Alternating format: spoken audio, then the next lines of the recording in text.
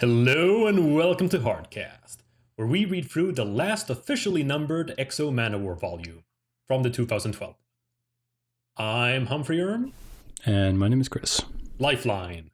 Give me Exo Manowar, Volume 13, Succession and Other Tales.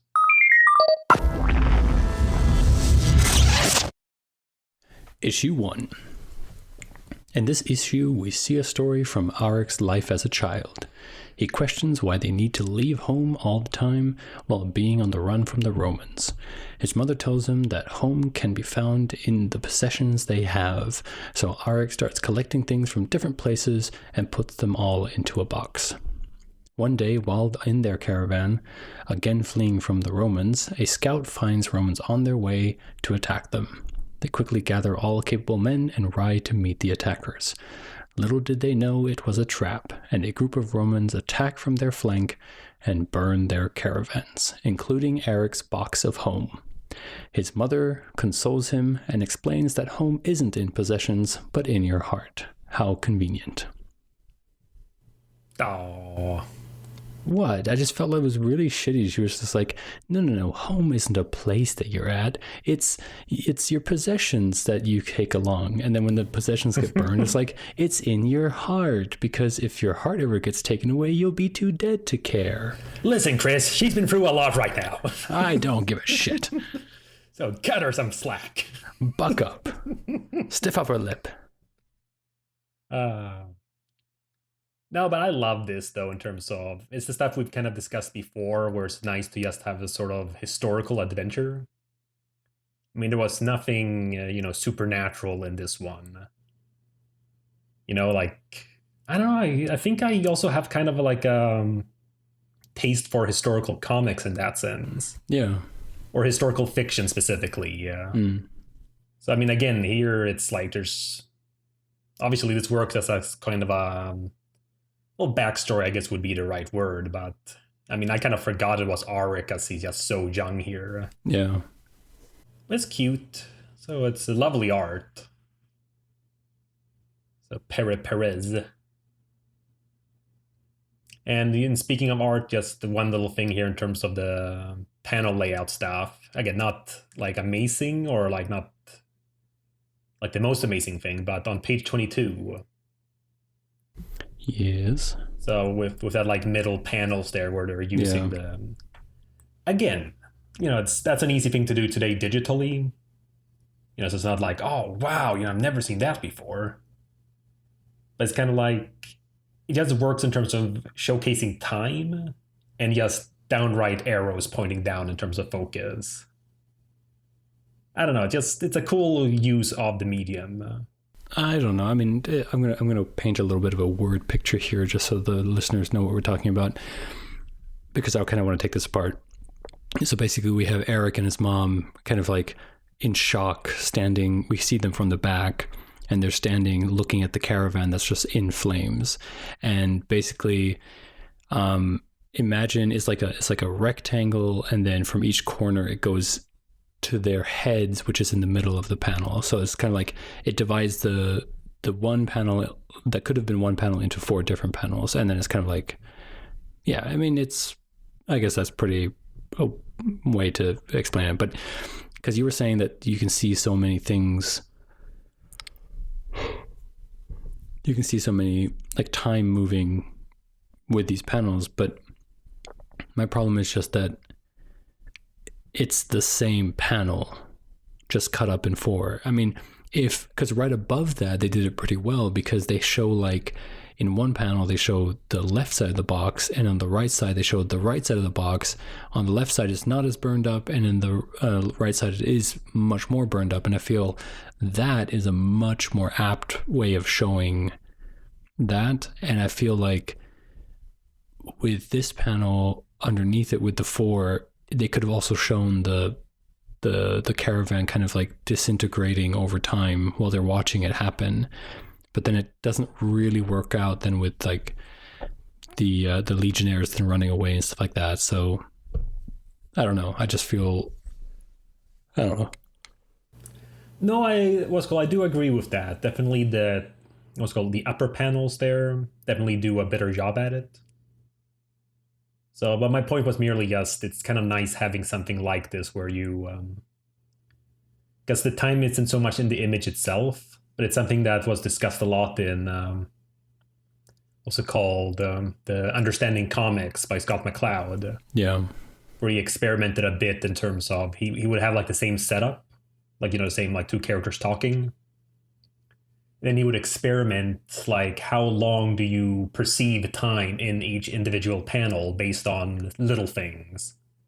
Like, okay, what if I make a really, long panel, so a lot of empty space for the character? Did more time pass now, or and kind of that's my feeling here by splitting it up. It's supposed to kind of give the impression that okay, we have this is one instance, then this is another instance.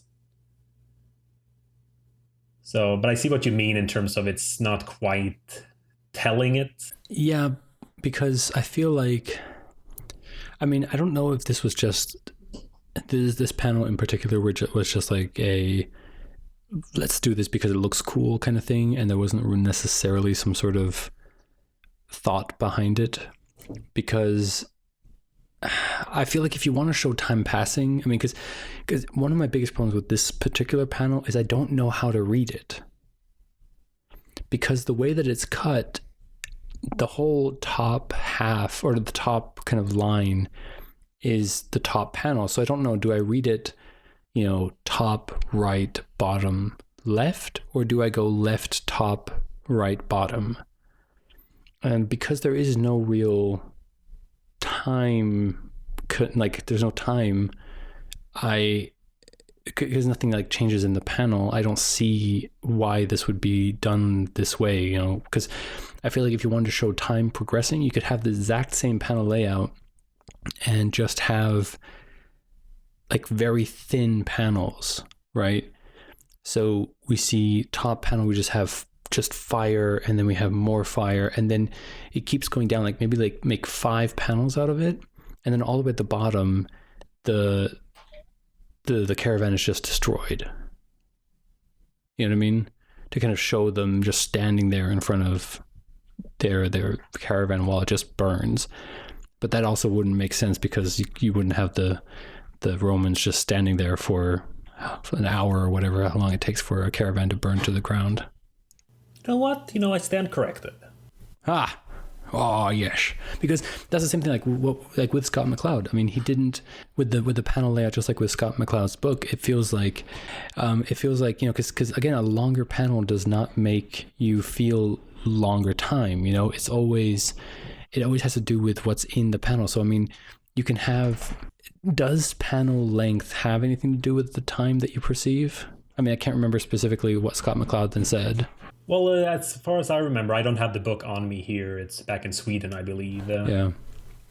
So, but he kind of just refers to the idea that the longer you stare at an image, which can be based on both sort of the size of it, as well as like the density of the content.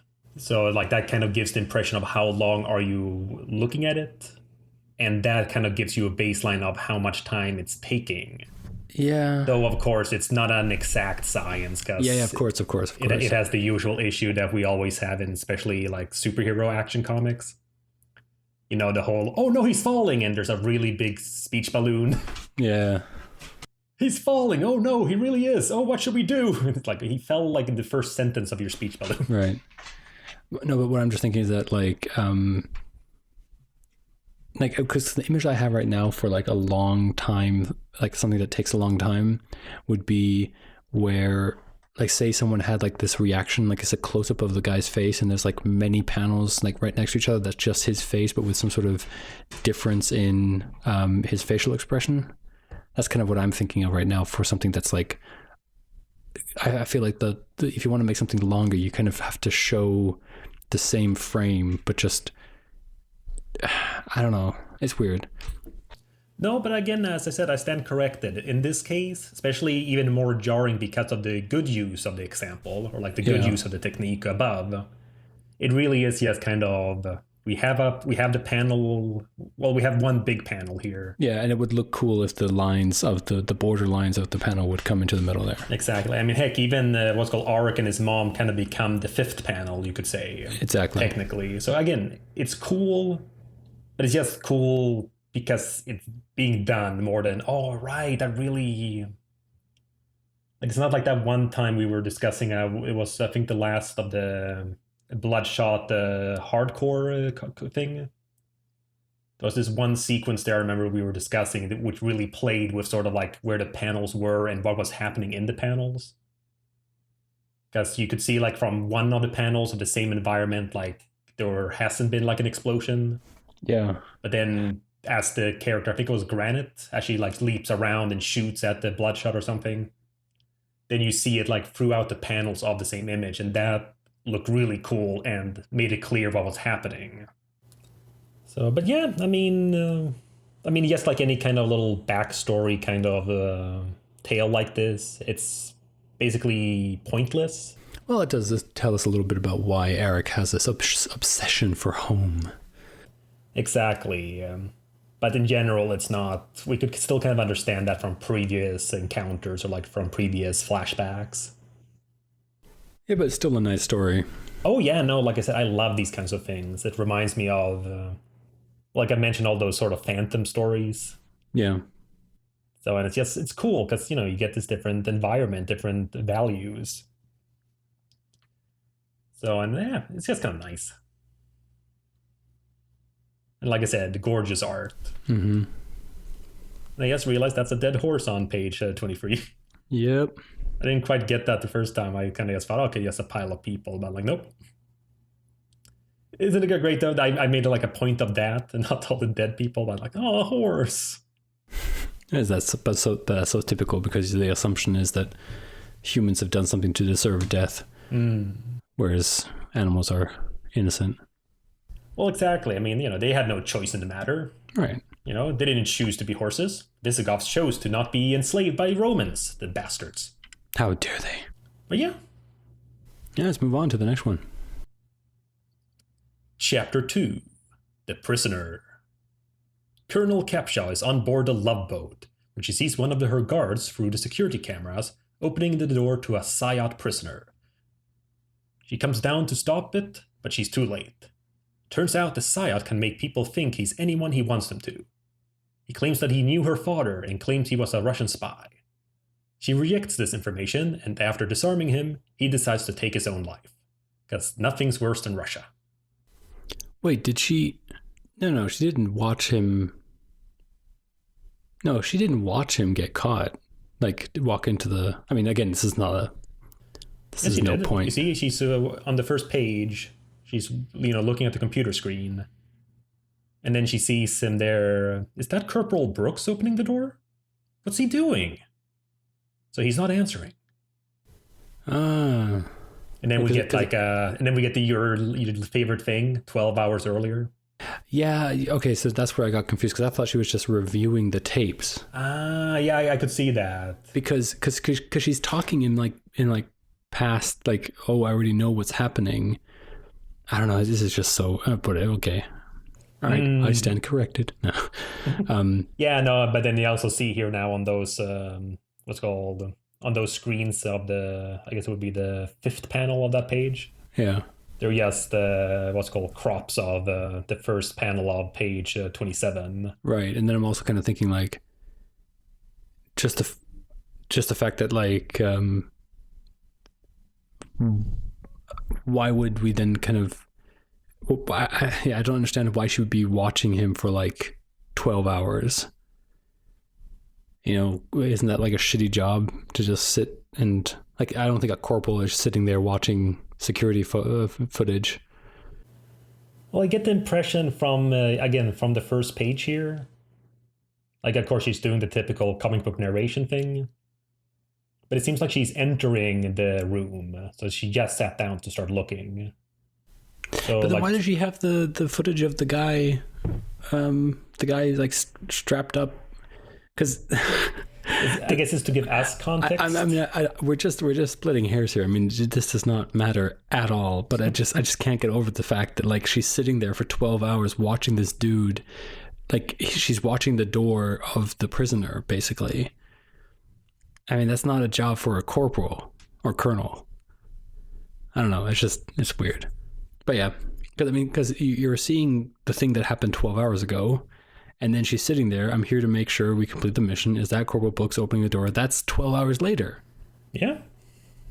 I don't know. Whatever. Yeah, no, it's not the biggest deal. And this adventure as well is just, as I was saying, kind of, well, not pointless in that sense, because it does bring up an interesting potential backstory for her. So, which I'm not sure I don't think that has been brought up again. So it was just a fake? Again, depends. I mean, it would be interesting. Again, for the listeners who probably haven't read this book, we have a Psyot who can, I guess, does he become the creature? Like, I think it's basically visually. A shapeshifter.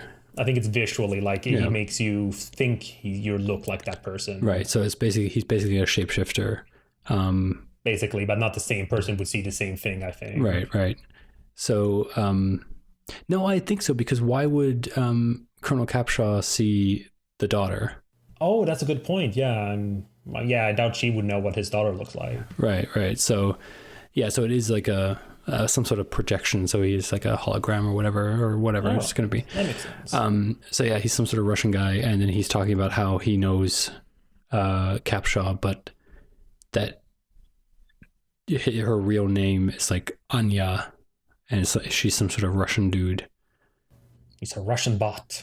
Yeah. So, but then she like beats him up, and then he's all like, everything's pointless anyway, so he kills himself. And that's pretty much the whole thing, isn't it? Yeah, I mean, again, it's just a little moment. And again, this is kind of how I feel like a little... it's not like how I feel like every kind of anthology story has to be. But again, they don't want to have like... I guess they don't want to have two big things happening in like a short amount of time. Like they want to give it... If this was like the next arc or something, they would want a proper issue for it. So it's just this one little like, yeah, this happened once. And then I guess he just showcases her in terms of that she is tough. You know, she can disarm this guy and see through his, well, you know, perhaps lies, perhaps truth, who knows? Yeah. And then just the whole, you know, how badass she is, that not only does she get shot in the arm or the shoulder, I guess, yeah, that she also then holds up the gun with the arm that she got shot in. That's how badass she is. Though she does have to put her hand on it, though. Well, of course, to stop the bleeding. That's just, you know. So, but again, it's just, again, another sequence thing. But again, I do like it when, especially in the case of the Psyots in the Valiant universe. Because obviously we have the mutants in Marvel, you know, so there's always that kind of easy way of having like, oh, someone has powers. Mm. But here in particular, even though we've seen a lot of... like a lot of variations of Psyot powers to the point where it's basically just magic, I still kind of feel like, okay, it is a psychic thing. That's why it's called a Psyot. Yeah. And I do feel the more interesting ones revolve around that in some form or other. Like a manipulation of another person's psyche. Exactly. Or your own in that sense, right. Which is the, what would you call it? It's the... Well, it's the explanation of how they can get like super strength or something. Because, oh yeah, it's like a psychic tactile telekinesis thing. Mm. Like, which again, it's fine because, you know, you just need a reason for why they can do things. And then for the most part, we'll accept it. Yeah. But again, it's one of those things where, actually also speaking of cold panels, I mean, we've seen this done before too, about page 32, the first panel. Yeah. Just again, a big fat blam. Yeah, but it's nice. You know, obviously I don't think a comic would work unless that's like the whole point of the comic, to just be sort of every panel is a sound effect. You know, then it'd be kind of cool as an experiment. But just kind of like the whole, just cool. Like, just like, yeah. It really encompasses that this was an important, you know, shot. So here's the thing that I was wondering a while ago. One of the advice people give to writers when they want to start writing is this is this a TV show or a movie, right? Is this idea supposed to be for a TV show or movie? And when I'm looking through something like this story right here, I mean, even when we went to that animation thing, they also asked us, why is this supposed to be an animation? Like why is it supposed to be a cartoon instead of anything else, like a live action or whatever? And I've been kind of thinking about that as well. Like if I have an idea for something, I'm always like, well, I would love to make a comic about that. I'd love to write a comic. And then my question is always, well, why a comic? Right? And I'm looking through a lot of these stories here, you know, especially this one right here. I'm also thinking like, why particularly a comic with this story? And I guess it's the same with a lot of other stories as well. I mean, like, I don't know. I mean, I kind of feel like the answer of just because I like comics and I want to make it a comic, is that enough? Or do you have to actually have some sort of like, well, I want this story to be told very visually? You know, I mean, could this story have been better put across as a short story? I mean, obviously not using these characters because they are a comic book character, but do you know what I mean? Yeah, no, I mean, this, you know, sure, we have the context of Capshaw and what a psyop is and stuff, but it is very self-contained. I mean, this could have been like sort of a, well, this could have been sort of like a student film in that sense, you know, where you're trying to put in a bit more story to this short segment you have. So it's like, oh no, but you know, we have this backstory, and most of the story is really just these two characters, these two actors, you know, talking to each other. We get some gunplay in, and it's like, oh, awesome.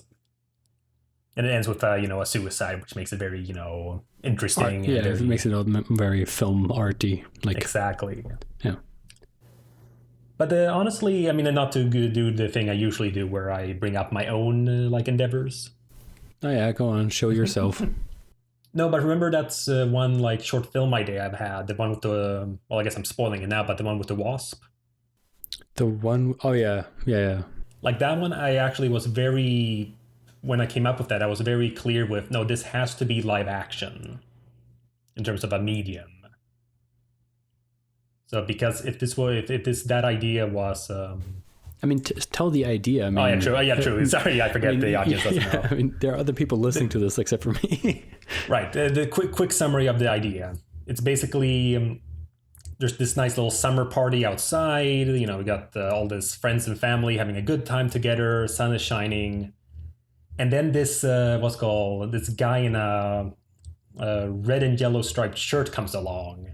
He's like, hey guys, what's going on? And he just starts kind of annoying people because he just hovering around them, or sort of like walking around. Ooh, what's this? Well, what's that?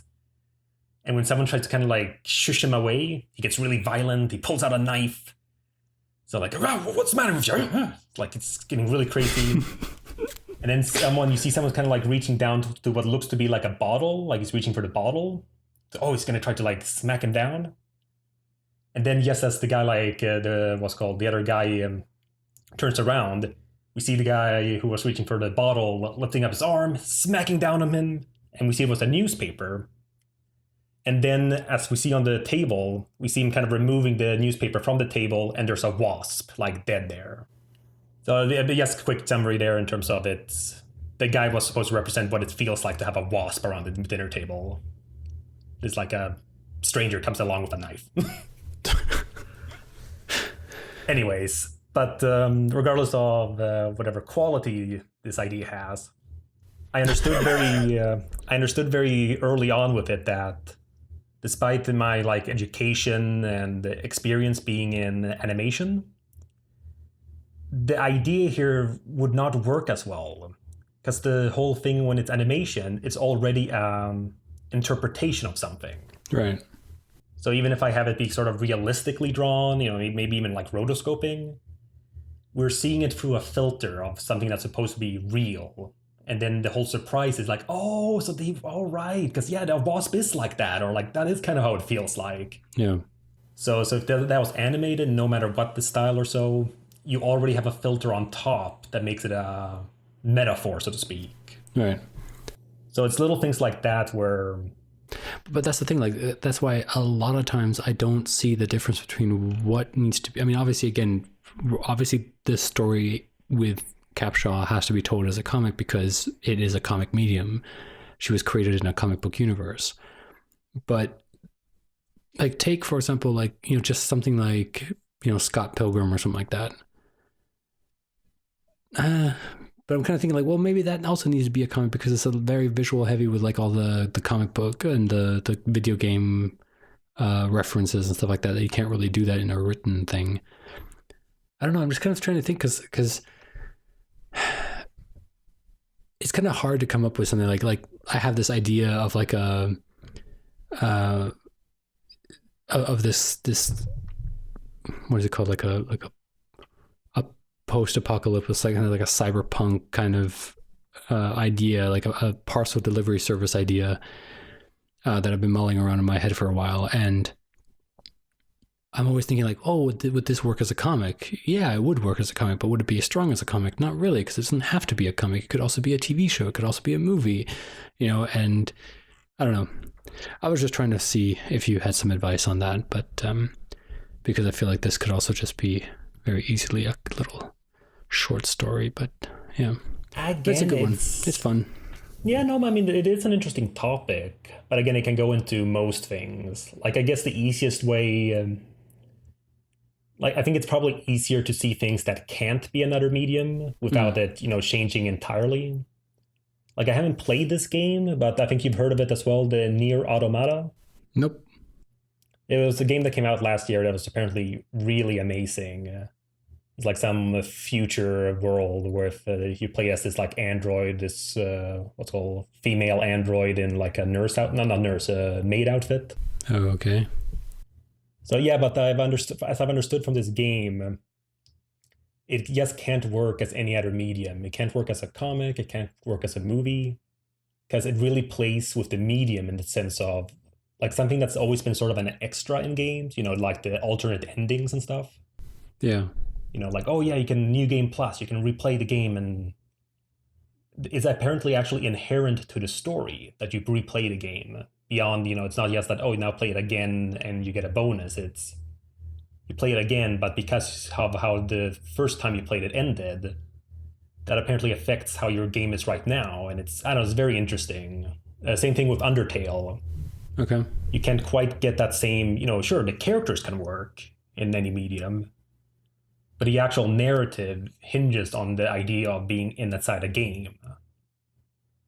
So I think those things can happen, but in the end, I think it's more about what you're, I guess, I'm assuming, you as a writer, or like as a storyteller, you have something that you want to share. Yeah. And you'll use what you feel that you are the best at.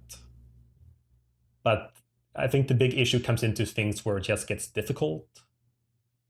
Like, again, like with your idea, for example, with this cyberpunk delivery service, like just from those words, it's kind of like, okay, well, sure, we could make a live action TV show out of that, but, that's going to need funding. Yeah, obviously. So, yeah, but that's what I mean. I think certain things... Well, I mean, I'm talking about just the script stage right here. The idea of like, do I write it as a comic or do I write it as a TV script or do I write it as a movie? I mean, obviously, if it, I mean, obviously I'm never going to write it, but if I did and then I sent it out and then obviously if they were like, oh, but this might work better as a TV show, then it's like, okay, then let's do that. But anyway, how about we get back to the comic? We've been going back and forth about this a little bit. Sure. But yes, one last thing, because I actually do have an answer for that. Okay. You write it as a comic, publish it for Image, and then get it optioned out because people go to Image all the time to get some comic properties. Well, I mean, first of all, you're going to need to learn how to draw because no one just gets a script. So yeah, no, of course. But I don't know. I've seen do one of those autobiography comics because then it's okay if it looks like crap. Nice. No offense to people who made those. Heck, I've made one. Oh yeah, and that did look like crap. Exactly. No, but it's just the whole. And we'll put it into the show notes for everyone to see.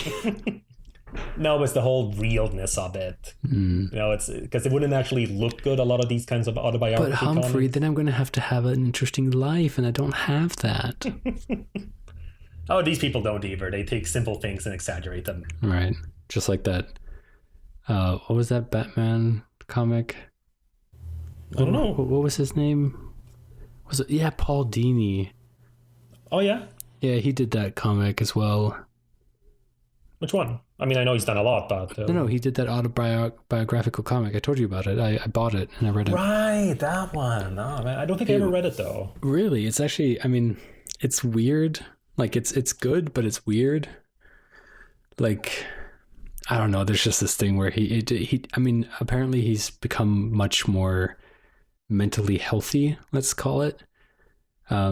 Since then, but then again, he also did marry someone who is like, wasn't like, I don't want to say anything wrong, but like, no, but someone who kind of looks like Harley Quinn. Yes, right. Yeah. Okay. So that was yeah, right. And I've always seen people not really making fun of it on CO, but they're always like that field where you'll never create the perfect waifu and actually get to marry her. Right. Stuff like that. And yeah, so basically, but then there's like this thing where he like won his Emmy, I think, and then he was in such like he just so depressed about it that he was just like standing in front of like half naked or naked in front of his like mirror, and then just like cutting himself with the statue. Oh, like metaphorically, or no? I think he actually did that. I'm not even sure, but it's in the comic. Damn. And it's just weird. Like, you'll have to show me it next time I come over. Then I have it digitally on my Kindle. I don't know if I can download it. Oh, okay. Yeah, no, because I remember you mentioning it, but that was a while ago. Yeah, it's not that expensive. I mean, you can get it online. Okay, I'll check it out. I mean, if you're looking for a comic, then it is interesting. And now, let's take a break to thank our sponsor. A bird's feather, 5 solidus. A snail's shell, 3 solidus. A snake's shedded skin, 10 solidus. The love of your mother saving you from a burning wagon set upon Roman soldiers, priceless. There are some things in life money can't buy. For everything else, there's MasterCard.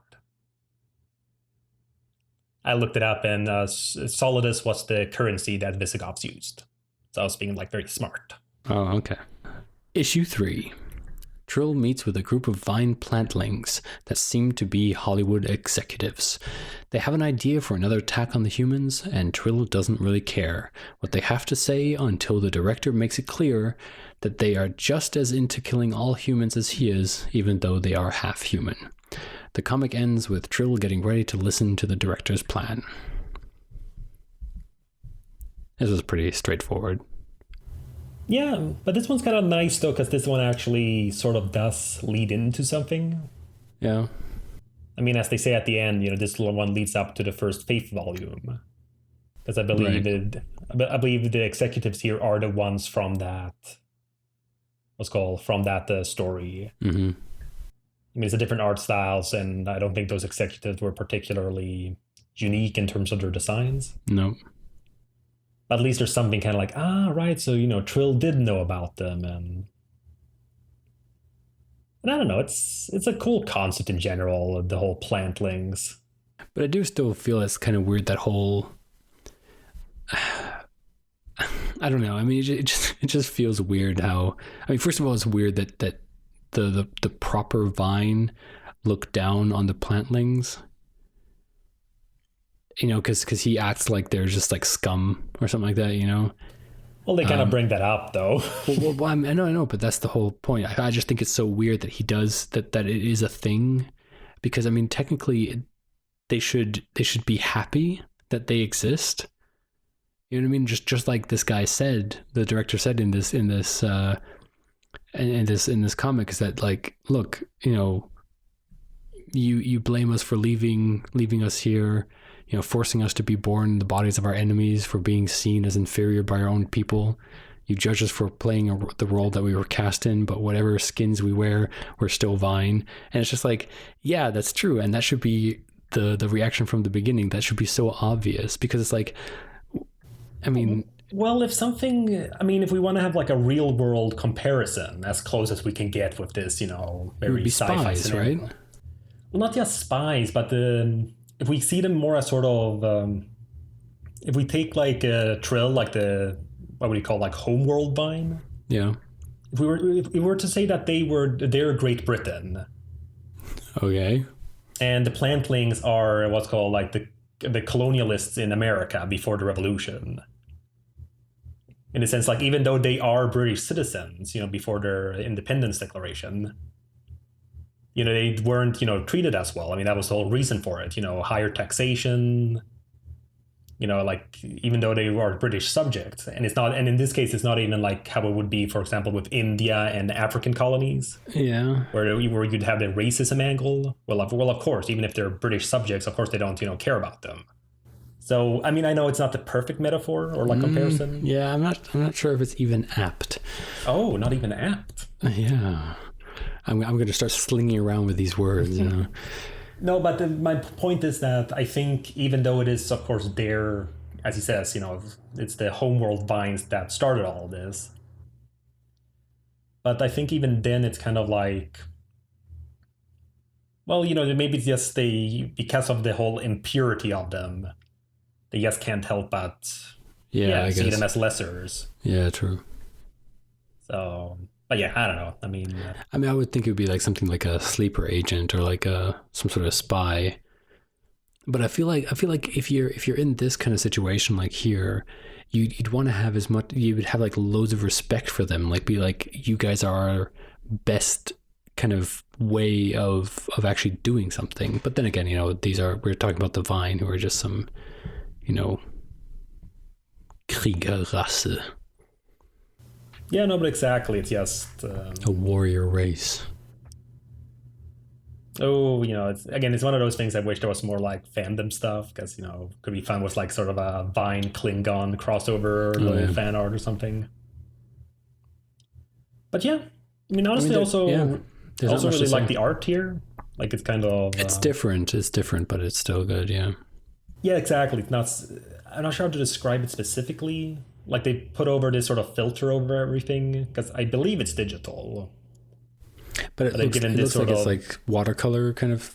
Well, maybe not watercolor, but like yeah, but more like traditional paints sort of over it. Yeah. Like where you really kind of put that in. You can see on the first page at the like bottom panel, you see the woman in pink to the left. Mm-hmm. Can you see like sort of these brush strokes by your feet? Yeah. So, but I feel, again, it's hard to know if that was real or not. I don't think so. It's kind of like they put a paper overlay on the background. Exactly, just to kind of give that impression. Give it like some sort of a feel. So, and again, that's fine. I mean, I've done that myself sometimes, because it looks nicer. Yeah. But I don't know, just a nice style. It's a little bit more, like the colors aren't that strong, even though there are a lot of like colors, so to speak.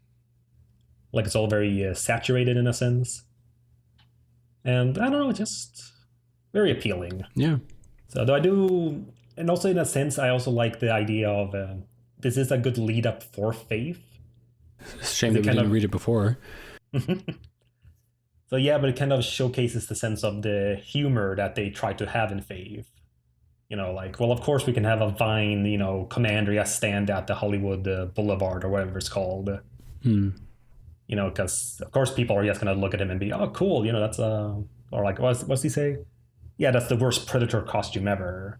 Right. It's like, of course, you know, we always can get away with that. And then nothing really happening from him knocking a guy down, or like no repercussions of all these people filming. Mm-hmm. Which again, it's like, yeah, I don't get too like nitpicky about that stuff, but it kind of showcases that's the tone coming into that. So it's sort of like it's like not like a pilot, but it kind of, again, sets up the stage. If you were reading this first, then you know what to expect. But seeing that it came out in this Exo Manowar volume, I guess. Anyways. Epilogue. The Torment. We get a quick and nicely drawn little recap of the origin of Shanhara, Divine, and Torment, ending with Divine about to enter Earth's atmosphere. Didn't we already see this? I'm not sure. I have a feeling that this was like... if nothing else, maybe some panels were reused. Yeah. So I'm actually going to have a quick look here. Well, it doesn't say anything like... because the first thing we saw, like that prologue page, that we have seen in some other volumes. So yes, give me the quick origin of what's called Manowar. But if nothing else, I think it might just be the same artist doing this epilogue that did them for like the actual Manowar issues. Because the story has been told before. Yeah, of course. And there's really not much to say. I mean, the art's cool, but it's just kind of like a lore dump.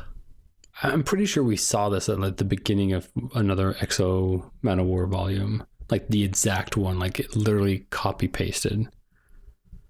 You know what? I'm just gonna have a quick look. All right. Let's see, because it would be the last, because it's issue 47, and that's like the start of the last volume there. So. Wait, did we do this? Did we read this now in the wrong order? No. Did we read Manowar 47 already? Yeah. We finished like the actual Manowar series. I think it is. I think it is the actual intro. It is the intro. Yep, I knew it. It did kind of feel. No, it is the same. It is the same. Lazy fucking piece of shit. So yeah, they were lazy bastards. This is pretty much it. I mean, it's a really there are short 2 more 65 issues in this volume, but we've done them already. We'll put links in the show notes to their respective episodes. Wait, really? Yeah, not in this one because this is the annual. Like all I did was I purchased the Manowar annual book, okay, 2016, but the volume 13 includes this one and what's called the Fall of Manowar and 4001 AD Manowar. Oh, thank you for not making me read that again. Yeah, no, but I mean, I wouldn't have done it either, and I'm sure you would have skipped over them in the sense of like, wait, I know this. Yeah, exactly. I've done this already.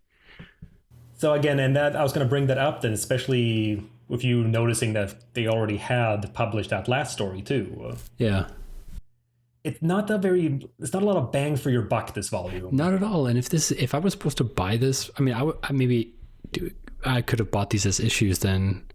I mean, if I would have taken a look at the volume, like say if I was buying this in like properly and I saw that it was just 2 short stories that I was interested, or maybe 3, I guess. And then the rest was just stuff that I've already seen, then definitely I would have just bought the single issues. Well, again, these weren't even single. I mean, they weren't even single. Okay, well then, yeah. Yeah, no, I don't know. I'm not sure if you noticed, but they were very short. Yeah, they were very short. The whole thing is just 65 pages. Yeah, exactly. This whole annual is just 65. Yeah. So, and that's the thing. I get the idea of trying to flesh it out a bit in terms of like, because I'm sure it's not even worth the effort of printing just this, honestly, this is also kind of like false advertising right on the front cover there. It says 64 pages of warrior warfare. It's literally just like, I don't know. Let me see here. It's 24 pages of warrior warfare. Exactly. And even then, it's not really from the main character as a warrior. Right. The rest is about Colonel Capshaw, Commander Trill, and advertisements. I mean, it's just crazy. So like literally a third of what they advertised is actually true. Exactly. Yeah, no, it's not a very, like if we're coming down to this stuff here, I'll give it a orange light or like a yellow light in terms of if you want some more, like, if you want to complete your collection, you want to read, everything that has to do with Manowar. Definitely get the annual book. You can buy that separately from the volume 13. But yeah, I mean, as a score, like as a complete score, 3 out of 5 being generous. Yeah. Because it's not like they were bad. It's just kind of all right. So yeah, it was okay. just it was kind of like it's good. I mean, I would also say 3 out of 5. I would probably give it even a red light because it's just like you don't need it for. I mean, again, this is coming from a person who doesn't necessarily collect things. I could have gone without reading this. From all the stuff that happened here, only the first story was actually at all interesting. Like the prologue, I mean, and that again, I could have done without. It was just interesting because it was a nice little time, and it was beautifully drawn. It was beautifully, the art was beautiful, but otherwise, it was just like I could have done without this whole thing. Didn't need to read it at all. So, save your money and go buy an issue of Aquaman instead, or something like that. So yeah, no, exactly. No, definitely. Also, in the sense of like yellow to red light on my end, in terms of yellow, if you really care, in terms of like you want to read more, but red in terms of you don't need it at all. Red in terms of just see if you can find it online somewhere. I get it on sale or something. Not that we condone pirating. So, when you can't find it anywhere else. No, Humphrey, Comixology. Humphrey, we have to, keep the legal standpoint of... Yes. No, but again, Comixology has most of the stuff, so you can find it somewhere else. Yes, Comixology is a great resource. I love it. Though honestly, because I've been kind of checking, I don't know if you've been seeing on my Twitter feed thing, because it seems like you sometimes get what I like, or... Oh, no, I've removed myself from social media completely. Oh, okay. I've actually I'm going on a cleanse.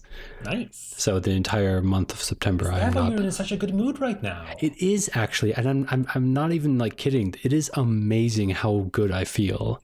Yeah, because I could kind of hear you. Like when we started up, it was kind of like last time. No, not trying to be so, but it was kind of a bit more grumpy. Yeah, because life sucks when you're constantly bombarded with how amazing other people's lives are, and I don't know if I'm going to go back to it. I'm thinking maybe I'm going to delete my Twitter account at the end of the month.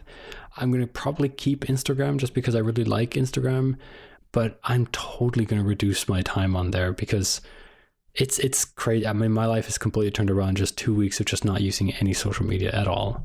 Like I still have Facebook Messenger open on my phone, but everything else is just completely off.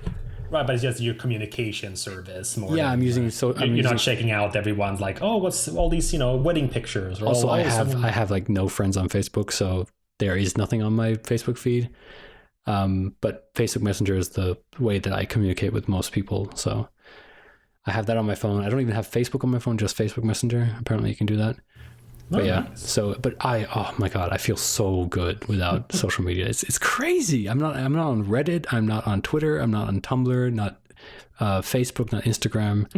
It's amazing. That's true though. I was actually talking with a friend of mine as well, and she just kind of offhandedly mentioned it. Yeah. That she hasn't been on Tumblr for like months. Yeah. And I was like, so that's why you're in such a good mood. Yeah. And she laughed so hard. And she was kind of, well, actually, probably partially. Yeah. Because again, with Instagram, it's just crazy. Like I will be going to work feeling miserable kind of because I have to go to my job. And then I see all these like athletes that I follow who are like posting from their like next to their pool or something like that, where they're about to like do their morning workouts, and I'm just like, oh, I wish that would be my life. But so I'm just constantly bombarded with that stuff, and instead I just actually like the last 2 weeks I've actually been enjoying going to work, and I've been like taking it more seriously, being at work and just like making a good thing out of a bad situation in that sense. And it's been good. Like I don't know, it's good. Anyway, so you were saying about you liked something on Twitter. Yeah, I can't quite remember what thread I was on there now. So I just remember it was something about because what we were talking about right before then. Right. Now I remember. Okay. No, but just I've been following a lot of interesting discussions about what's called comic book shops and stuff in America. That's it's always America, of course. Yeah, of course. But yes, kind of struck me. It's the usual thing we've discussed before about the price point with comics. How it's not at all for the amount of like enjoyment or like time you get from these like $3.99 issues and stuff, Yeah. it's way too expensive of a like hobby in terms of I want to read things. Yeah. And it just struck me that if they could just, I know there is the Comixology Unlimited and the Marvel Unlimited and stuff, Mm-hmm. but if there could really be a much more sort of the Netflix of comics. Yeah, but you're saying this as a European where we only have like as an option, we only have Netflix and where we only have the options of Netflix and Amazon, I guess. But then if you think in America, you have HBO Go, you have Netflix, you have Hulu, you have, this all, like every channel has its own online service where they have all their shows on. And then you have like, so that's my problem with these kind of subscription service things, is that you do then have to get all the subscriptions. And like where the Marvel Unlimited, that sounds great, but I just cannot read enough comics to make that worthwhile. Well, honestly, I mean, if you just want to look at price points of the comics, because that's kind of my justification of keeping Netflix all the time. Yeah. I mean, you basically just have to watch one feature film a month to make up for like that payment. True. I mean, if you look at what the new DVD costs, it's still kind of up, like here in Denmark, it's usually around at least 79 kroner. So maybe a bit more if it's like a big movie because they know they can get away with it. Yeah, well, okay, dude, we don't know what kroner are. I guess it would be about like €7 or something. I don't know what they sell in Which is about Germany. $8? No, $5. So for a DVD? Well, I don't know. What's €7 in... I don't know. I don't know. Anyways. What's €7 in American dollars? Because that's the only currency that anyone cares about. $8. All right. 8.14 United States dollar. All right. That's what I mean, though. Like, you just have to, watch one movie a month to make it worth it, basically. Yeah. The moment you watch anything more, you're basically, oh, sweet. I'm going into a profit now here in terms of enjoyment. Right. But with comics, I mean, $8 a month, that will get you like 2 floppies. Yeah. And that's like, wow. And that's not even considering all the like legendary comics that you could not even get. I mean, obviously there is a whole thing about like you can't actually physically own them. So of course it's a little bit different, but I don't know. I mean, you mean like how we can always kind of look at old classic legendary films, sort of? No, but like I'm talking about like on like isn't Marvel Unlimited that whole thing about like where you can read every comic that they ever have up to like 6 months ago? Yeah, because they kind of want to, they still want to like get people to buy the current stuff. Yeah, so you're always like 6 months behind. But that means anything from like say if you wanted to read like the first appearance of, I don't know, Captain America, you could find that online, right? Oh yeah. Yeah, so that's what I mean. Like there would be no way for me to find that comic, the first appearance of Captain America, as a physical floppy, and afford it. So, yeah. At most there might be a reprint, and even then that's... Right, that's what I mean. Like, so that's kind of what is appealing about that. But the thing is, like, the only comics I read are the comics for this podcast. So I always feel like it's not any use for me to get those kind of subscriptions. But yeah, no, absolutely. It's good stuff. It's just something I came to thinking of because right now, for example, I'm saving a bit of money, so I can't spend like too much willy-nilly, especially on comics. But then it just kind of strikes me, they're like, wow, but if I have that subscription, I could still kind of sit down and keep up in that sense. Yeah, I mean, but that's the thing. Like, I don't, as personally, I don't like the whole. I don't have a. Maybe it would be different if I had a tablet of something that I could like sit down and comfortably read. Then I might be more into comics again. Oh no, that's definitely how right? Yeah, I mean, the days of me checking out like manga scans. Oh God. Like hunched over my desk. Yeah. Man, those were good times, but those days are over. Now you sit down. Now you lie down on the couch comfortably with a tablet and scroll. Yes, and you swipe and scroll. Yeah, that's good. It's amazing. I was one of those people making fun of the iPad when it came out. Yeah. Because Because, like, what, you can't even call someone? Yeah. It's like a big iPhone, but you can't with less stuff to do. Exactly. But it's amazing how just size somehow immediately just made it a totally different experience. It's wow. Well, I mean, my girlfriend and I have been talking a little bit about like some big purchases that we need to do. And the next big purchase that we're doing is buying a computer for me, like a Windows computer, so I can finally start playing Overwatch on my own computer instead of having to play on hers. And we've already found a computer is going to be like $1,000 computer.